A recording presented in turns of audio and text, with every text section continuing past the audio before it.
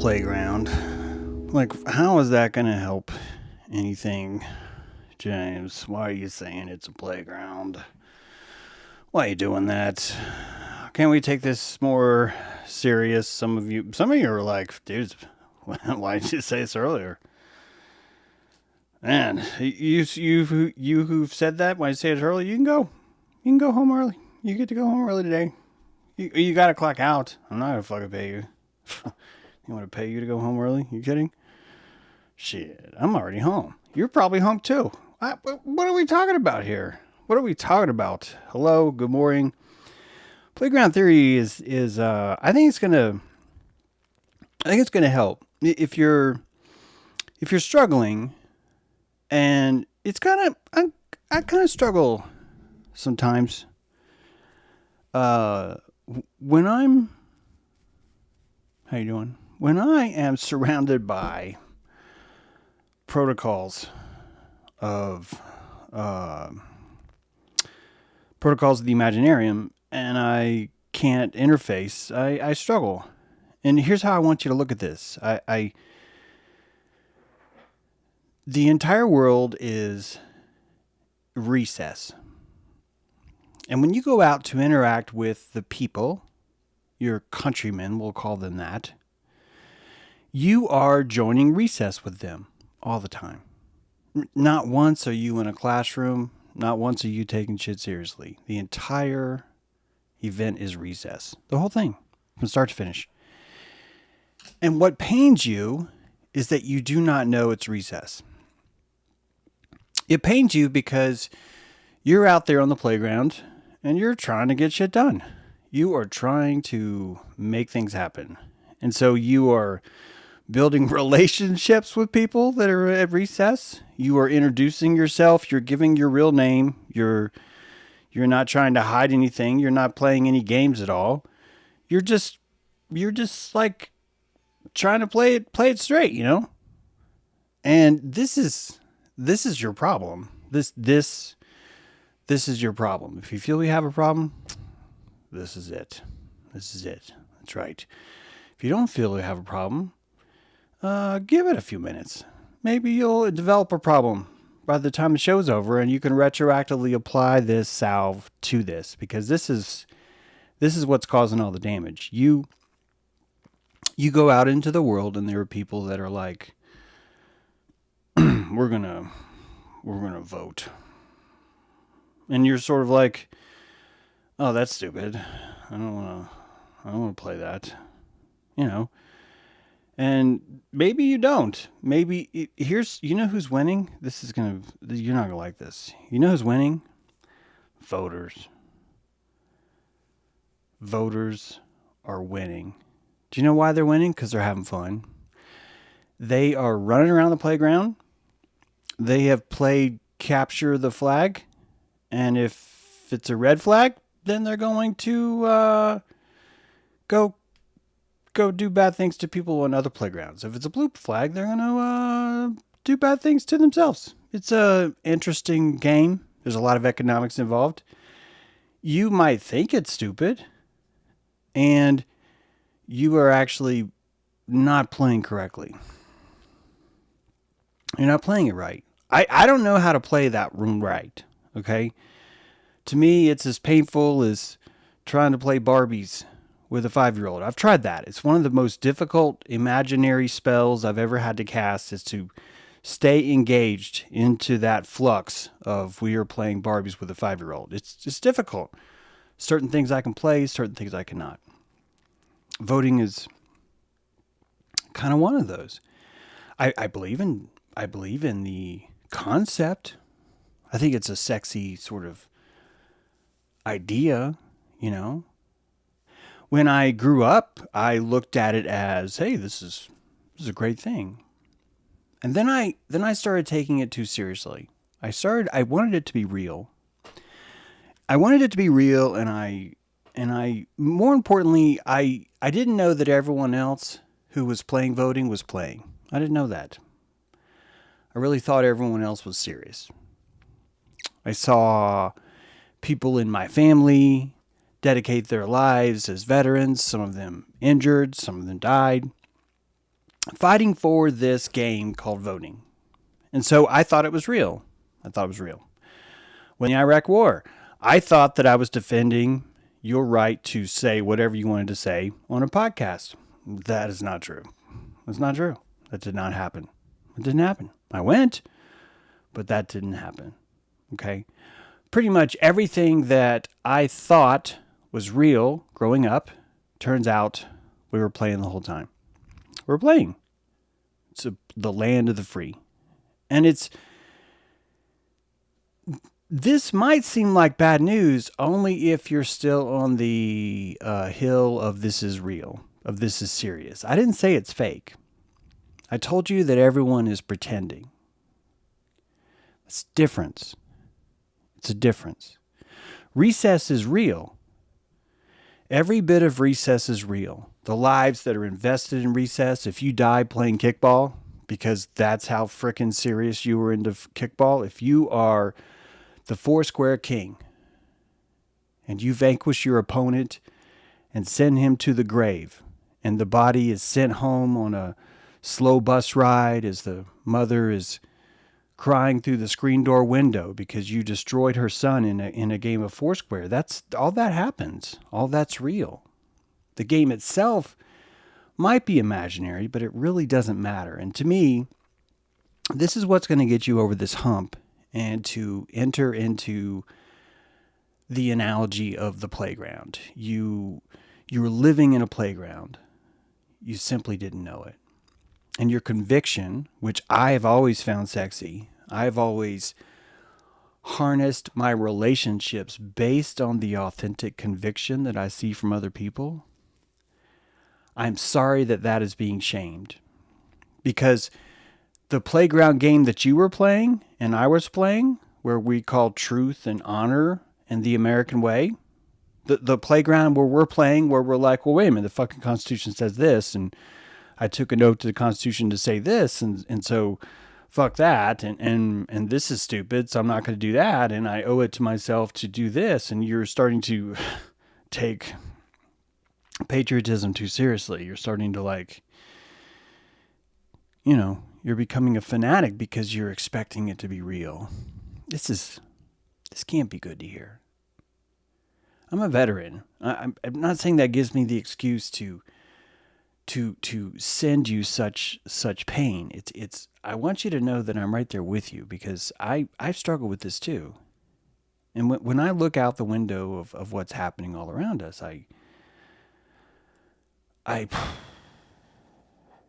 I wouldn't be able to survive if I didn't have this playground theory. Because I would be screaming at you about how everyone's telling lies. I've written a few books telling you that everybody's telling lies. I've written a few books telling it. I've provided you with statistics, with facts, with allegories, with mythology that helps you. And I've never given you this final piece. It's a playground. When you can see it this way, you can compassionate every game. You can compassionate every game. The game of let's kill the pedophiles, that's a game. You know why I know it's a game? Because when I was taking this seriously, when I entered into the ring and I started to read about John Podesta, the autistic person in me, the emotional autistic person in me was like, well, if you're so sure, if 80,000 people are really sure that this is happening, why are we just coming back to Twitter the next day? What shouldn't we be going to save some kids? Because the next day, didn't a kid get raped last night? This is me. Didn't a kid probably get raped last night? And you go on social media and you check, and yeah. Do you know why you know that? Because someone's announced, oh, well, it's high bloodthirst drink day. And you're like, oh, God, it is. It's Thursday. Is drink Carnation Instant Blood Drink Day for the Luciferians. And I'm the autist in me is like, let's go fucking get them. Let's go get them. Well, why don't we tag. I actually suggested this once. People thought I was kidding. I was like, well, why don't we just like put a tracker on Podesta? Like, just treat them like any sort of like, any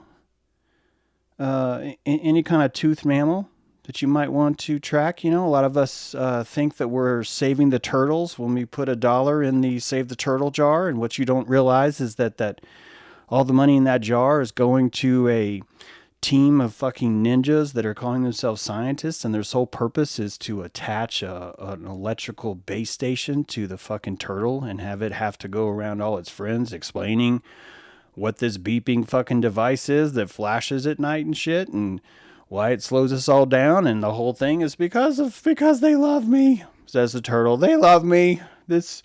Everyone's doing this to help you guys. They're doing this to help. It's a vaccine from the ocean world trying to save us. They've inserted this tracker in me, and now all of us are going to be rescued. And they know that we're playing. They know that we're playing. They absolutely know that when we're like, oh my God, the whole world's going to die unless some of us die. This is the green movement. This is a fascinating game. The green movement game is exactly this. All of us are going to die unless some of us die right now. That's the green movement. That's the overpopulation. That's it. Exactly it. All of us will die unless some of us die right now. This is called human sacrifice. I've told you this. The oldest Mesoamerican gods of the god of global warming, Thawlok, and the god of war, Huitzilopochtli, and that you drag your sacrificial victim up and you decide which of these gods you want to give to, and you hope that you give correctly, because if you don't give correctly, the fucking world's going to punish you because you did not vote correctly. And the entire time, you're never questioning whether or not you should actually vote. You're questioning, fuck, did I choose the right color? This is a playground game. It's a fascinating playground game. It really is. It's a fascinating playground game. Someone came up with the idea of all of us are going to die unless some of us die. That's the game. So how do you play these games? How do you do it? Because if you do what I do, you start to doubt things and you're like, well, that's probably not real. That's probably not real. That's probably not real. That's probably not real. That's probably not real. And the next thing you know, you are alone. You're hanging out by the concrete steps that has the metal pipe sticking out, and that's the handrail. And you're watching the shadow on the ground because you ain't got no friends, because you think Foursquares is fake. You think kickball is fake. You think, hey, let's chase. All of us are going to die unless some of us die. You think that's fake too. You think all these games are fake. You think the game of cooties. What do you think COVID-19 is, guys? It's a giant game of cooties. It's a giant fucking game of cooties. Even now, there are people that are so anti-cootie that they are playing cooties harder than anyone else has played cooties, because they're trying to insist that cooties never exist to begin with. And in order to do that, they really, really, really have to believe in cooties. The math is stunning here, but it's true. This is the only way through. Is I want you to understand that everyone is playing. People don't know they're playing. When I tell people that atheism is a spiritual belief in privacy, people don't understand that.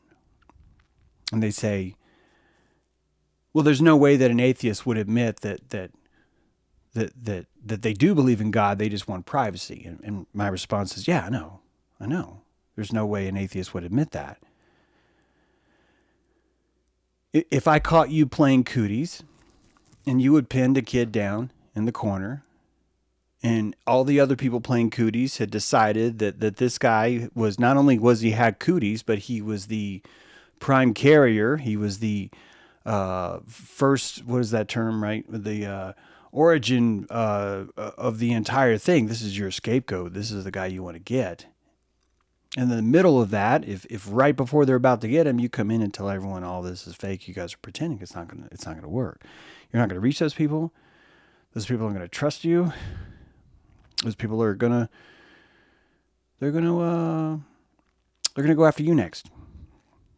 This is not a game of who's playing right. Teachers are not going to fucking help you. They just want to smoke cigarettes. They really don't care. This idea that the teachers are like super involved in our games and they invent games because they're laughing, they're ridiculing us as we play. And no, they're just smoking cigarettes.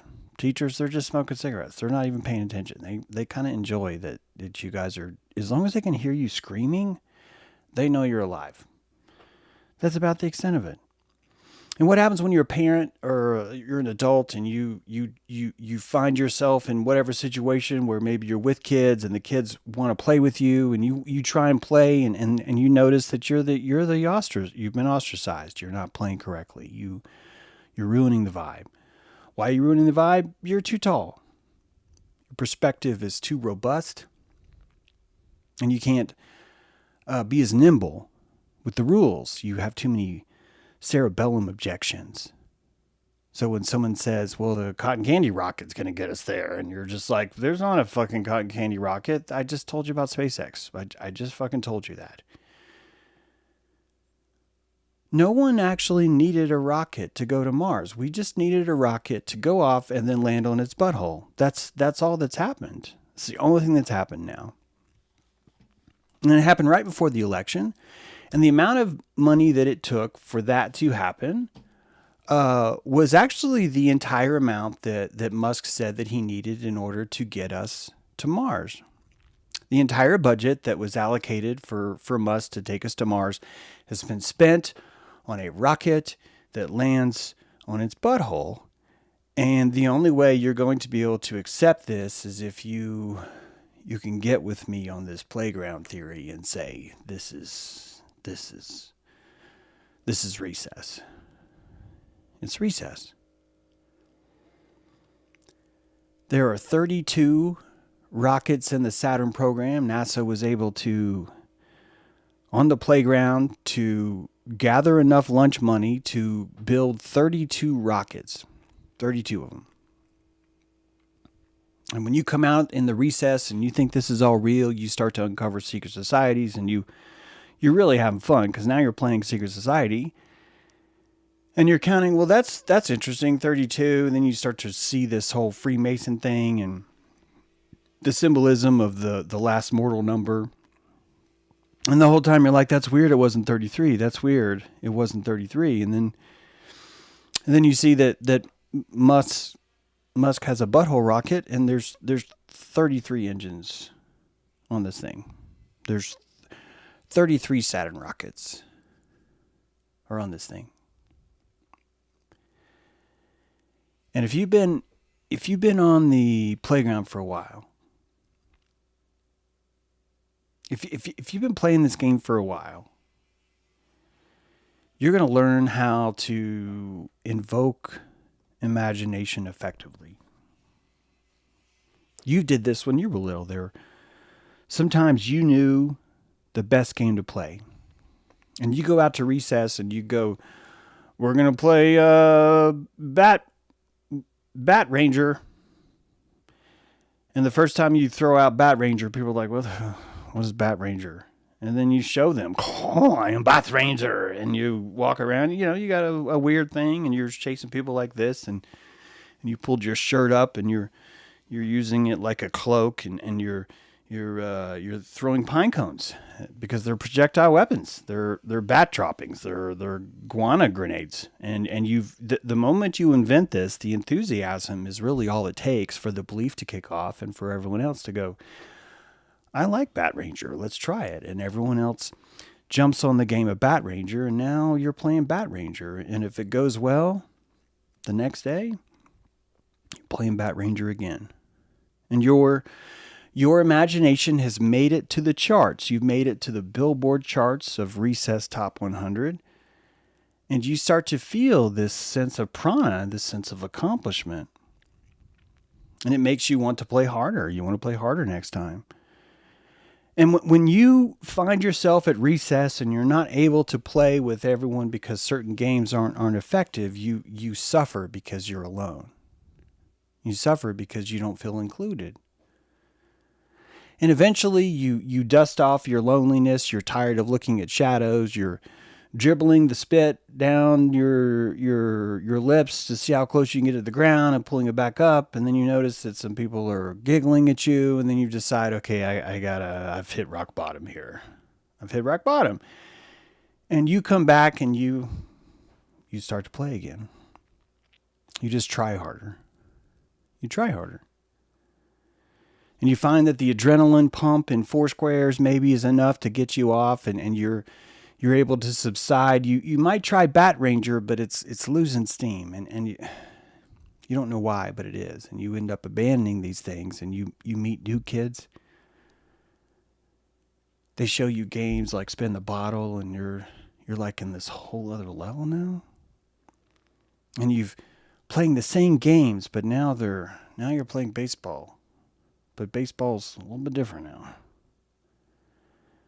So the feelings, the limbic input is just as high, but the game is just as imaginary. And you get your heart broken. Someone says they love you. Or you say you love someone else. And then you heard it from a friend who heard it from a friend that you were messing around, and you feel these things, and you go through the game of heartbreak. It's one of the best games at recess. It really is. And it's all a game. And every single pain, every single anguish that everyone feels, no matter how much your heart has felt ripped out, the only reason why it feels ripped out is because you've forgotten that you're on a playground. You've forgotten that. When we look at Musk, when we look at Trump, when we look at Fauci, these people they don't have allegiance to the truth because they have allegiance to recess. It's a different kind of morality. It's very difficult to understand. Unless you come back to the playground, unless you slip back to that place and go, wait a minute, this is all pretend. Everyone knows they're pretending, but they don't know. They're not going to be able to say it out loud. It's the same thing with atheists. Why does the atheist believe in God, James? What do you mean by that? The atheist believes in God, but they need privacy from God. So they come here and they say God does not exist. It gives them permission. It's a way of telling God, if you look at me while I'm here and I've declared myself an atheist, you are violating my privacy. That's what an atheist is doing. They're setting up a contract with God where they're saying, look, I don't want you to watch what I'm doing right now. This life that I'm an atheist, I want to find spiritual depravity. And quite frankly, I've been too holy. I've been too mesmerized by playing the rules correctly at recess that I need to go a little bit Tasmanian devil right now. I need to have an experience where I feel that you're not there. And thank goodness there are others that are playing the same game, because at recess I can go out with the other atheists and I can finally play for the very first time. Why? Because they were taking it just as seriously as you. Probably more seriously. Probably taking it even more serious. So how do you play this game? Because if you keep going out and poking holes at the fact that four squares is just a game, or that coin toss only has one of two possibilities, all you're going to do is lose symbiotic connection. And you're a symbiotic being. The ancient Greeks thought you were a Cabbage Patch Kid till at least 9 days old. You are meant to connect to others. It's unavoidable. You can't pull this off by yourself. You can't. You will end up slipping into this weird animistic state, and you'll have to actually come into town and like steal things, like a seagull who's like wandering in when the door's open and grabbing chips and leaving again. And that's you. You're going to need to connect to people. So how do you do it? And all you can do is just embrace the playground of it. You're going to have to be able to meta play. You're going to be you're going to be able to have to play in a game that you know is not real, but still find it real. Oh God, how do you do this? How do you do this? So you have to go back to where everyone is. Where is everyone right now? Everyone. Not everyone, but you know what I mean. I'm allowed to say everyone. Everyone is playing voter. Everyone is playing this. Washington, ABC affiliate KATU captured the moment heavy smoke was seen coming from inside a drop-off ballot box. ABC's Alex Stone is tracking that for us from the LA Bureau. Alex, what's the latest on these incidents? Well, we're just getting details on them right now, Diane. Two different incidents, the one at 3:30 in the morning in the Vancouver or in Portland, and then 6:30 in the morning in the Vancouver area. Those two only about a 15, 20-minute drive apart from one another. And police in both of them, we know the FBI is now looking into them. Police say they don't know who did this. You can see in this video right here, the smoke coming out.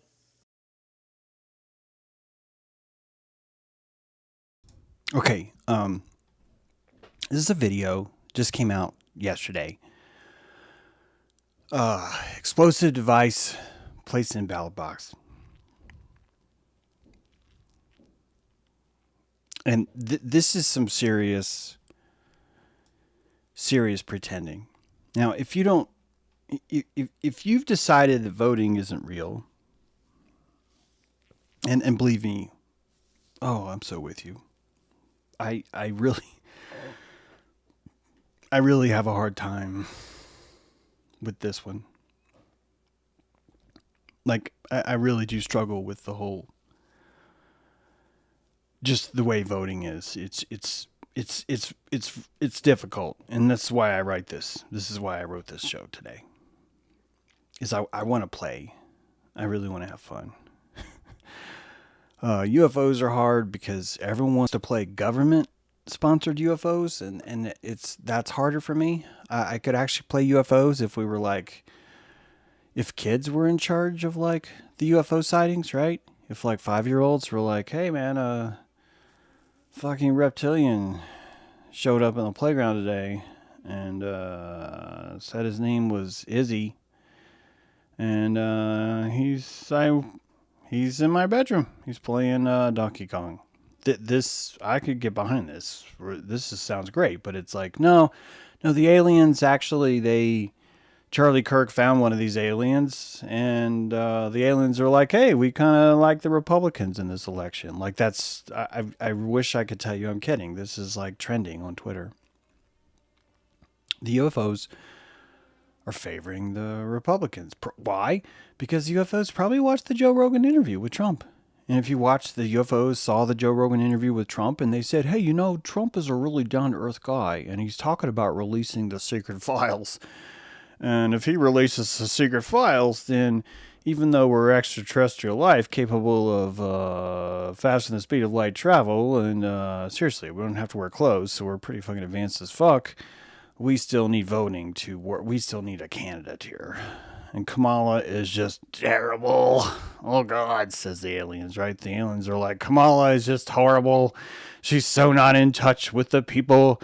She doesn't speak for the common Iowan, right? Says the UFO guy. Because they're watching this stuff. And they're like, hey, here's the world. Here's a bunch of Zionists that are insisting that oil is this sacred, like, jizz, dinosaur jizz, and that they've cornered the petrodollar market, and they've inflated everything, and they're going around seizing each other's assets. So let's go to them and introduce ourselves and say, hi, we're the advanced species. Let us legitimize your power centers. Like that. Like, this is a hard game for me to play. I'd rather play fucking Barbie. And I can't believe I said that, because that is hard. This is hard for me, because I'm just like, oh. And so they picked Charlie Kirk? Is that where we're at? So what do you do? What do you do? It's recess, man. What do you do? Man, those kids, they got all the candy at Halloween. They got all the video games. They got the slumber party action. They got the spin the bottle hookups. They got it all. What are you going to do? You're going to die out here in the desert. You got to find a way to play with this.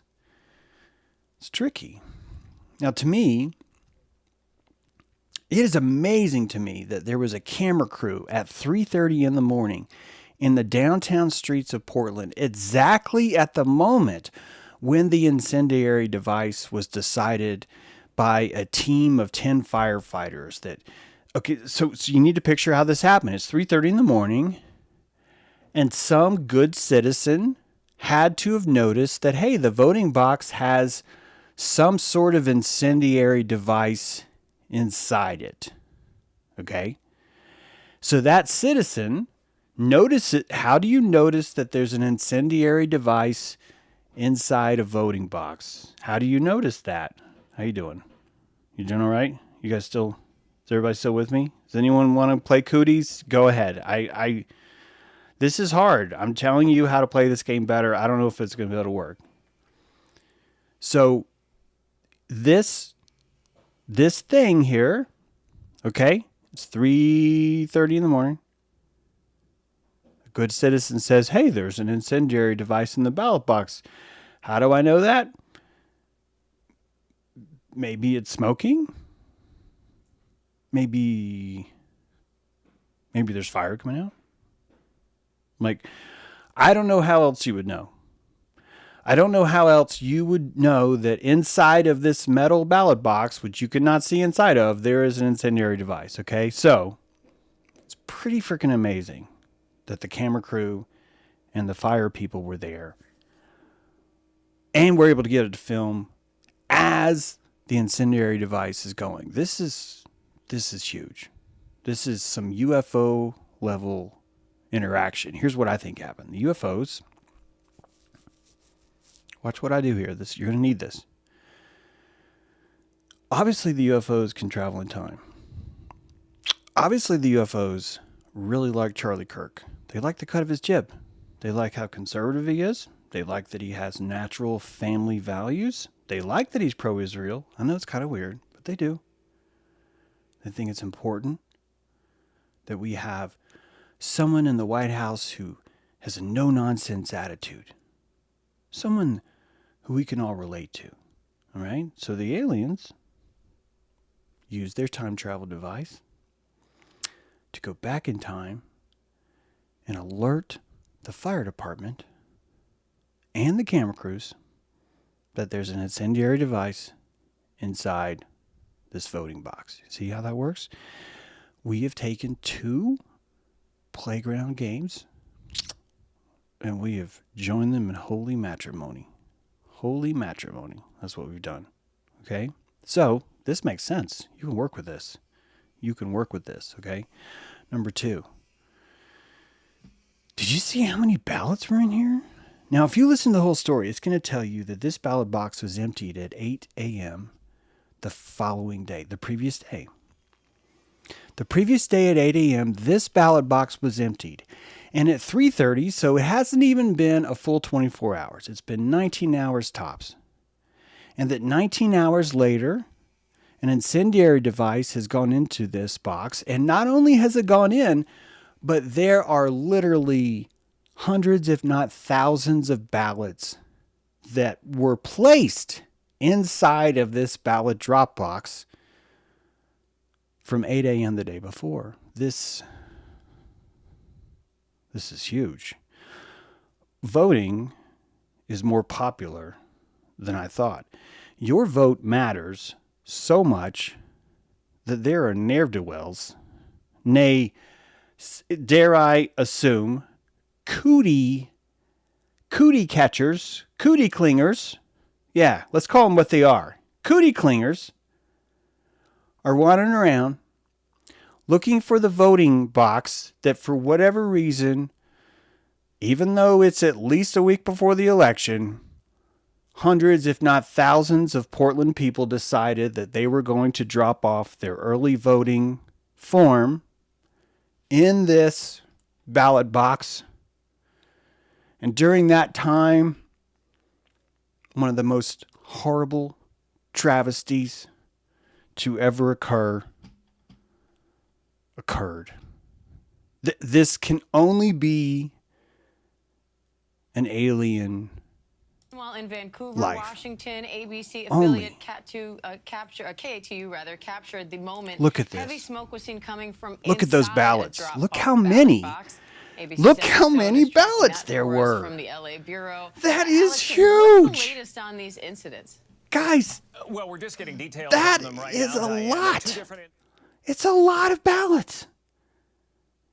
Now, if we extract that many ballots from 19 hours inside of Portland, you can see that this is going to be probably the most record-breaking voter turnout we have ever seen. I don't think there's any way you're going to be able to top what's happened.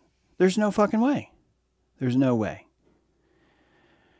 And this is your only way out. Having this kind of fun is the only way you're going to make it through. And I think that the only way the kids are going to, I don't know how many of you went through this. I really suffered when all my friends stopped playing. I brought this up a few times. No one leaves a comment about it. So it makes me think I'm just the only one. And that's fine, but it's kind of sad. I remember when I was 10, 11, 12, and I was watching my friends, and they all of a sudden they would wake up and they had like a pimple, and then all of a sudden it changed them forever. And they were just like, I just want to keep my hands in my pocket, and I want to kick things, and I want to look down, and I don't want to play. And I was just like, are you fucking kidding me? Let's fucking play and play, right? And it was a travesty. It was a travesty what was going on.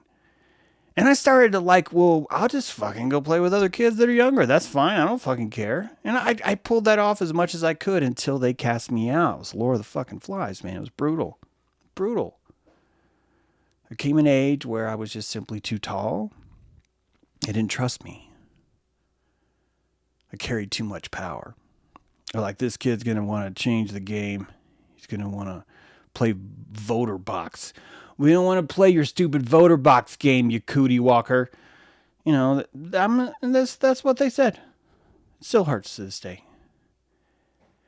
And that the only way you're going to be able to play is you're going to have to play through the instrument of compassion. You're going to have to transmogrify yourself back into that age and then enjoy.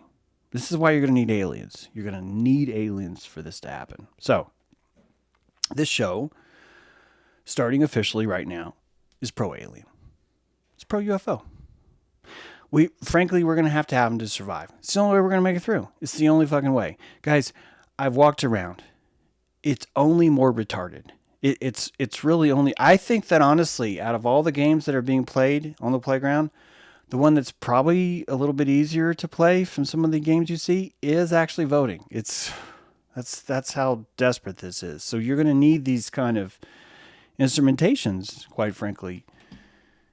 You're going to need to pull this off. Now, I mentioned Graham Hancock last week, and since then, I actually didn't realize that he's actually been in the vernacular. Maybe I saw it and I'm just not paying attention enough. So it's like, I think I'm sort of an old man because I sort of arrived at the Graham Hancock story late. So forgive me. That always happens. I tend to not want to watch what Recess is doing. And that's snooty. It's not going to work. I'm not going to be able to do what I do and be snooty. It sucks. So I'm going to need UFOs to do this. I'm just going to need them. UFOs. Yeah. I think, here's what I think is going to happen. UFOs are going to revolutionize the package delivery industry. And I don't know how this is all going to work out, but it's going to be something doing that. Something like that. And there's going to be like a lot of fanfare. And that's our new Olympian. There'll be 12 UFOs. The disk of Olympia will be the United Nations supercluster. This no one will really know if it's UFO or if it's ancient alien. This is actually part of the History Channel's goal here is testing the waters, giving out samples to see where kids are going to be able to pretend more, where's there more death. So it's never going to really be answered. Are they aliens from far, or are they aliens from the past? Both those are far. And if you actually pin one down, they're gonna tell you something that's like esoterically cute, and you're going to be able to go, oh, it's both. Oh, how great is that? And this is where we're going. And when you're here, this is just going to be part of the playground. You're just going to have this. If you don't believe me, I want you to imagine that that's what taxes are. A long time ago, someone started paying taxes, and the Revenue Act was formed, 1846. And the Revenue Act was kicked off, and for like 13 years, people were playing this game where, you have to give me percentage of your labor, and they were just like, oh, shit, and then they would give them percentage of their labor. And then after about 14 years, we're finally like, this is a stupid game. It's a stupid game. And then like 9 years later, we're like, no, we're playing this forever. 1913 happened. And we're like, we're playing this forever. We're going to play this forever. It's like that. It's so difficult to imagine who would adopt this. And it's so much easier if you just look at it like a playground. If you just try and understand it that way. What I hope will happen is that if I open myself up to the UFOs more, the Republican UFOs, because it's actually not opening myself up to UFOs. I've talked about demonology a lot. No one wants to talk about that. People are just like, stop talking about demons. Don't talk about cutting yourself. Don't talk about, that. Don't suggest that maybe, you get it. You get it. I think that the simpler consciousness will just rise to the occasion, because it's really about pranic energy. Here's what I mean. The key to having fun at recess is not necessarily to find the right game. You'll tell yourself that you have to find the right game, and that's okay. But really, if you looked at the anatomy of what you're doing, is you're just finding a different posture. You're finding a different posture. Graham Hancock, I was going to talk about that. There's this archaeologist named Dibble and Hancock have had this debate on Joe Rogan. And it's sort of like extremes of both sides, really. One's like super, like pro, the academics are always right. And Hancock's, like, oh, the academics are scheming against me to hide ancient history. That really is basically I think the extremes of those two things. It's hard because I think pre-COVID, all of us could play in Hancock's realm. I'm not discrediting what Hancock says. I'm talking about the techniques that he used. Hancock will typically deliver with there's a giant massive fraud happening because archaeologists are purposely attacking my work and setting us back by refusal to look at certain evidence. It's that. And when you hear that, you're just like, oh my God, this sounds sexy as fuck. And it is. It's sexy as fuck. It's a fun game to play. And then if you have enough passion, you will start to look into those things too. This is what I did. And you look in the pyramids, and you're just like Duval and all these other things, and Chalk, of course, and Anthony West. And these are great things. This is how you start to practice your play. And if you get into imagination too well, you'll start to perfect your ability to play something, which means you'll need your facts to be correct. You'll need the etiquette of that pretend game to be accurate. This is your downfall, in my opinion. If you can find a way to stupefy yourself, you're going to be able to play longer. And the problem is, if you read too much, or if you find yourself too passionate about something, you're not going to be able to play with someone like Hancock, because you're like, well, the pyramids are like bent, like the shaft's bent. They didn't point at Orion. Why'd you say that? And you're ruining the game. You're ruining the game. The game is the pyramids are older than everyone else who's on the recess thinks they are. The game is we have secret knowledge no one else does. That's the game. And so you ruin that game if you say, but you don't have secret knowledge. You ruin it. So what's happened? I think we've gone through the gauntlet of Corona. The sunspots are gone. A lot of us see through the lies. Most of us responded by losing our sense of smell. We're like, I can't even fucking smell anymore. This place is so insane. How do I deal with this? The sun is so bright. People were telling you the sun's not yellow anymore. The sun's white. And it's like, yeah, the filter, the urine filter is gone. You can see with more clarity. You're going to have to play harder now. This is, I think, really what's happening. This isn't going to feel good to everyone. But you're going to have to play harder now. You're going to have to play more with more accuracy. You might think this is like a punishment. I say that because if you happen to be someone like me, when I was watching everyone lose the imagination around me, it felt like God was punishing me. It felt like God was punishing everyone around me because recess was going away. Recess was turning into this weird thing where apathy started to reign and emu kids started to rise up, and it turned into this nothing impresses me anymore. This is the shell of being a teenager. Nothing impresses me. Nothing impresses me. Nothing impresses me. And this is how you heal from the end of your imagination.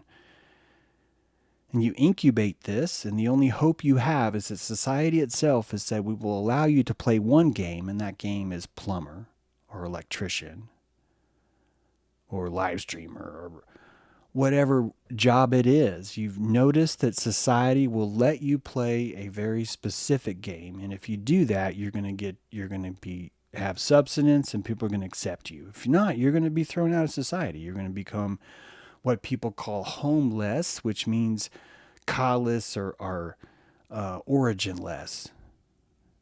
And when you lack the nucleus, you're no longer a eukaryotic being. You're prokaryotic. You're still organic. People still pretend that you're a living creature, but until you actually have that nucleus, no one wants to play with you because of the investment that everyone else is making. So we get undergraduate degrees in playing. We get master's degrees in playing. We get doctorates in playing. And when you're looking at what's happening, you're mostly watching the expert players attack each other for not playing correctly. And that this really is the ultimate adult game. This is most of the game we see now. The only games we allow are inside of professional sports. And those are very succinct ceremonies, very time-limited rituals. And we don't even mind if those are fixed. We kind of maybe like it if they are.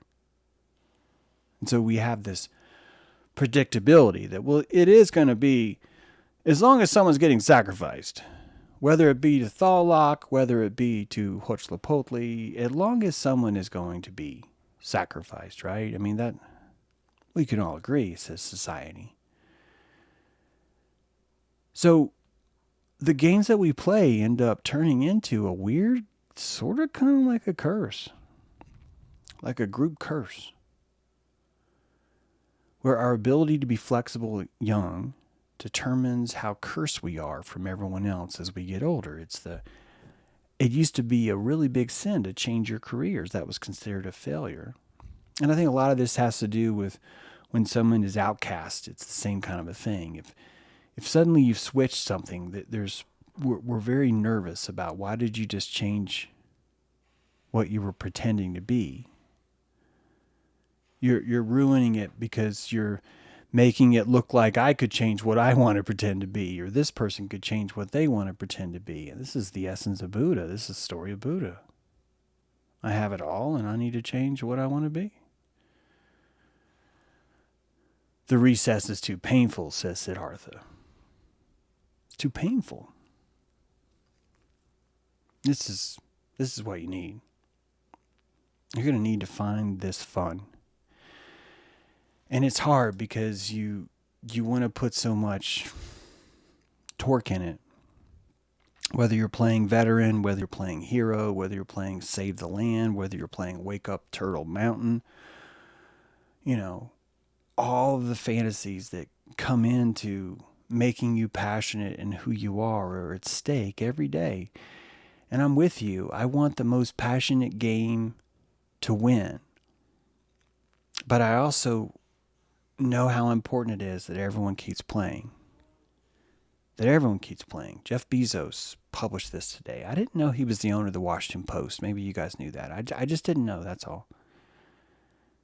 Jeff said, in the annual public surveys about trust and reputation, journalists and the media have regularly fallen near the very bottom, often just above Congress. But in this year's Gallup poll, we have managed to fall below Congress. Our profession is now the least trusted of all. Something we are doing is clearly not working. Here comes the part I want you to read. Let me give you an analogy. Voting machines must meet two requirements. They must count the vote accurately, and people must believe they count the vote accurately.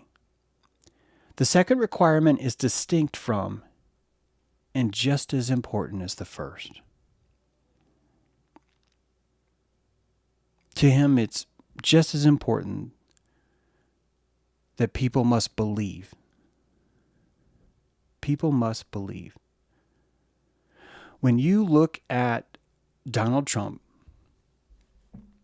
you are watching someone who is on the playground and knows how to start a new game. And his new game's never new. His new game is the oldest game we've ever seen. He's been trained by many people to play this game. That's fine. I'm not trying to say he's a superstar. I'm trying to say that he's good at what he does. And the reason why he's good at what he does is, the reason why you know that is because you know his name. You know, that's why. It's his only requirement. This doesn't require credentials. It doesn't require being truthful. It requires coming out to recess and having whatever we want to call this skill to present the idea of, hey, why don't we play ballot box? Why don't we play that ballots are important? They're so important that the Democrats are trying to set them on fire. And look how many people are voting. And oh my God, if we don't vote right, all of us are going to die. And so you have the Republicans right now saying, if you don't vote for Trump, all of us are going to die. And the same Green movement saying, if some of us don't die, all of us are going to die. What are the Republicans saying? If we don't go over there and kill some of us in this battle, all of us are going to die. And this is the game. That's the game. That's the game.